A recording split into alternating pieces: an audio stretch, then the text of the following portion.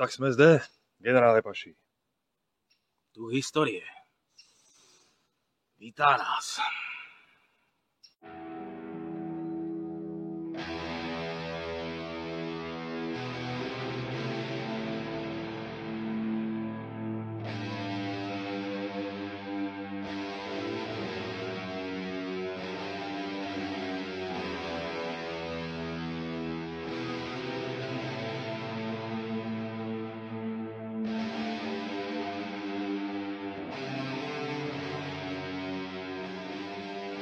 Je tam.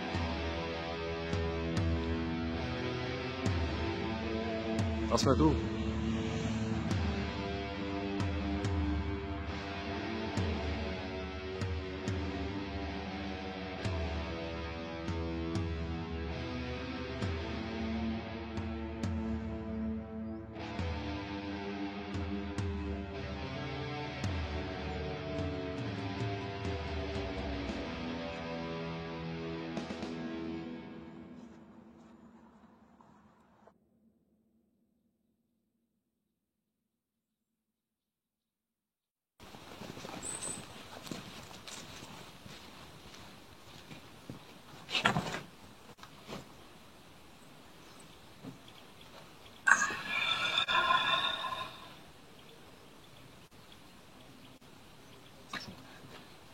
Pojď nás někdo vidět.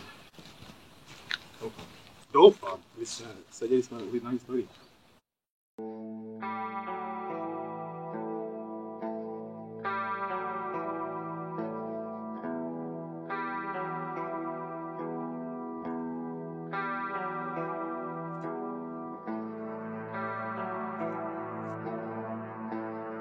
Aj.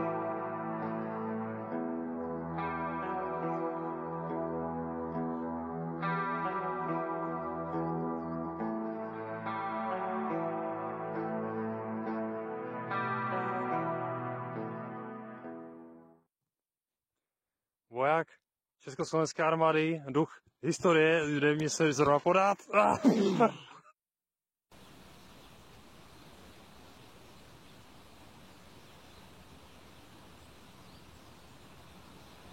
No, super, vážné video.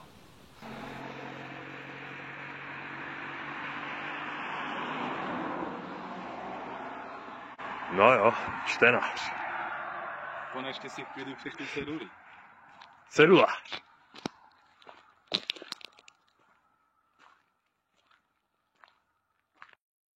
Generál Paronavata.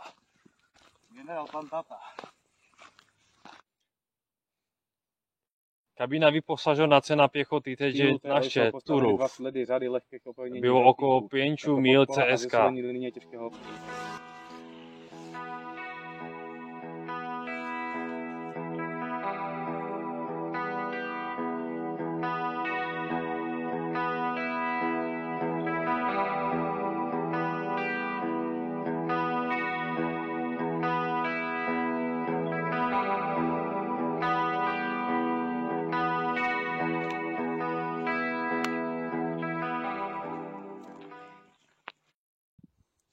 Takže to jsme šli až dolů a pak že vyšli spoza horizontu. Jo. Prostě radostně, pohybuj se žertovně. Já už jenom jdem. Ahoj, už mi mám záběr. Zdolávač, bunkrovok.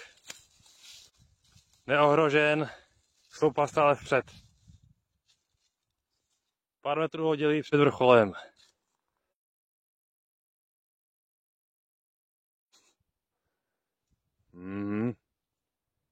Bunkrový horolezec. Tyhle, už tam jdu. Tak co děláš teda v tom případě, ale? Jsi schovaný.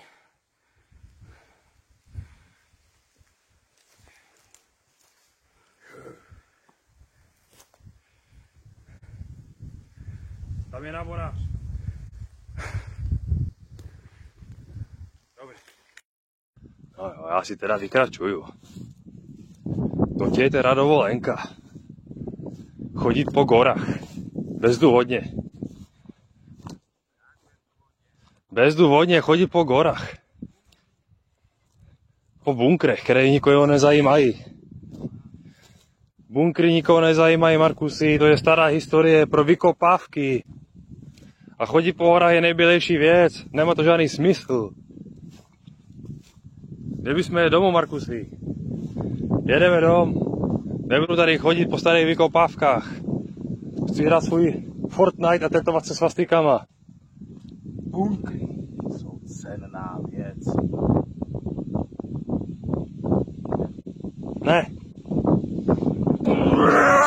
Marek se vnořuje do tunelu. Marek, generál Páš, kanec. Odvaha jeho je značná. Noří se přes vypalovač v mozku. Pokud přežije, budu natočen taktéž. Avšak jelikož vidí gávno, rozhodl se zřejmě vytáhnout baterici. Baterice i přes anomálie funguje. Musí kličkovat mezi anomáliemi. Baterka mu sice vypadává, avšak on hrdině jde. A není řada na mě. Uvidíme, zdali zóna pustí i mě. Záhy.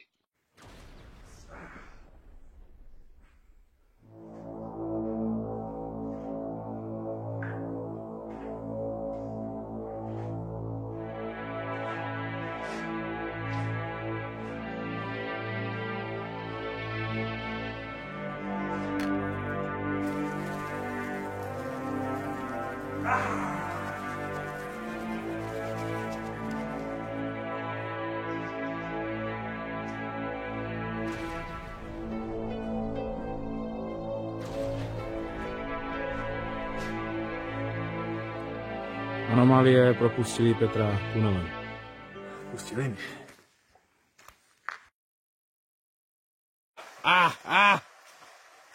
No jo, ten se to šlapl do toho.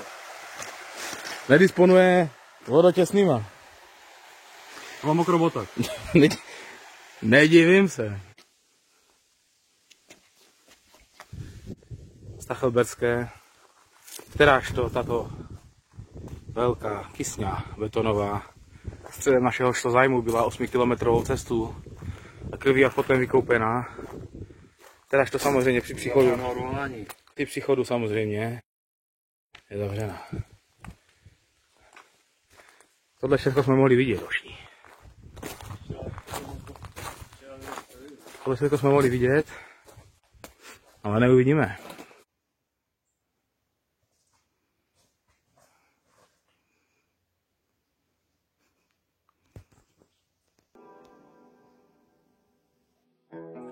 Volání Stachelbergu. Tam můžeme jít?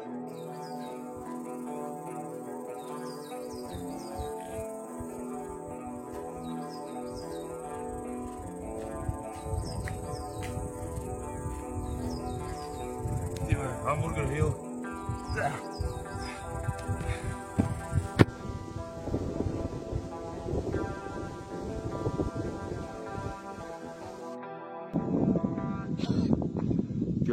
Generál Páš zde roztáčí tancovačky oslavné, jelikož zdobil tento bunk zcela sám za pomocí svého věrného přítele Vojna Ježury, kterého párkrát zastřelil na cestě. Hrozbou, výsostnou hrozbou rozpřerážením všech nacistických spřentů. Tak jo, salut. Markusy, FPS salut. Salut.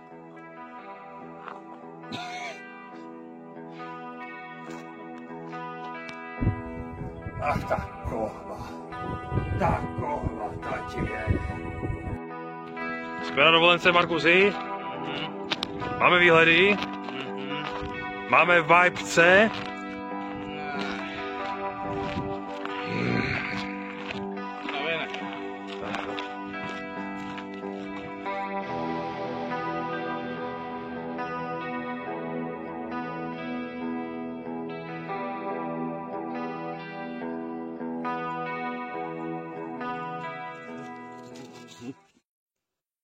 Markusy, generále Paši, co by si řekl lidem, kteří zrovna prošli a nepřečetli si tuto ceduli TS-66B samostatného pěchotního srubu jednostranného? Jak bylo řečeno touto osobou, všechny vypadají stejně. duch betonového pohraničí si pro ně přijde. A proč si pro ně přijde, generále Paši? Protože nerespektují cedule. Nerespektují cedule.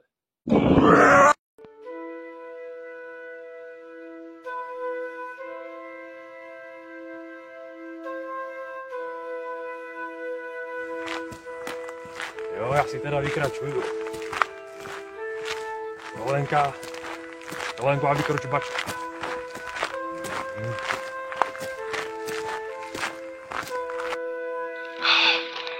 A jsme tu, na Běvidle. A jo, tak jsme teda na další trase výletičkové. Forba, tak tedy stojím. Když Marek fotí, Tak se stojí. a jo.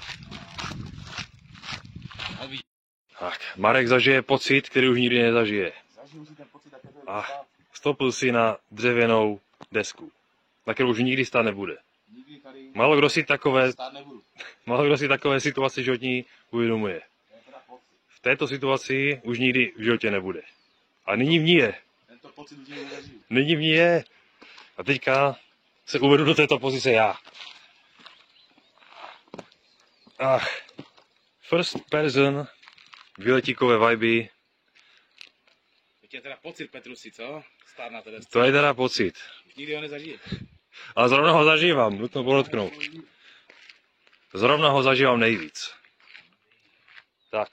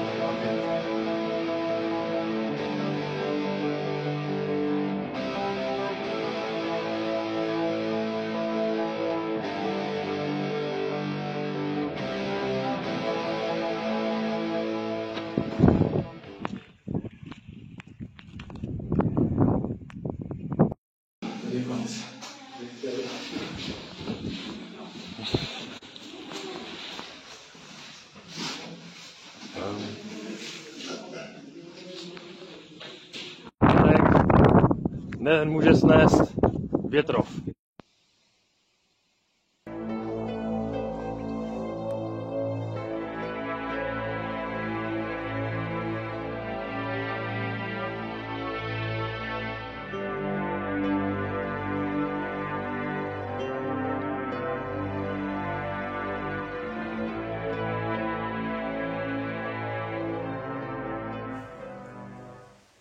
Elvis Presley.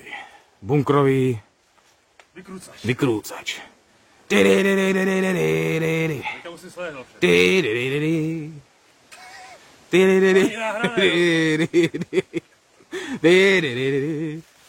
Tady dostává pojem bunkrové horolezectvo jiný význam.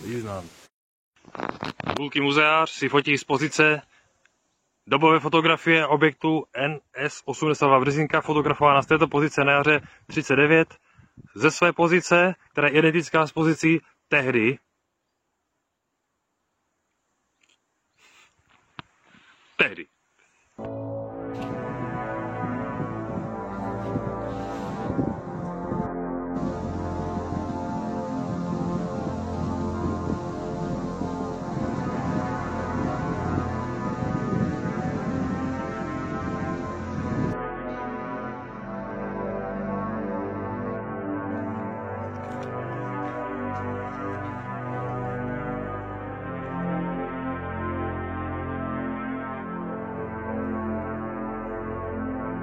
A dva. Ano jo. No jo.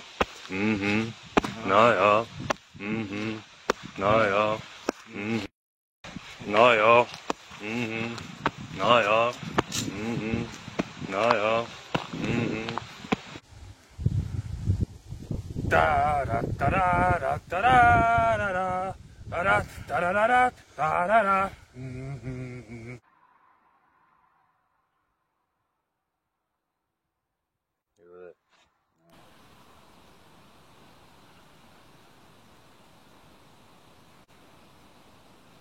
Řekl bych, že stačí. Nemusíš se kývat.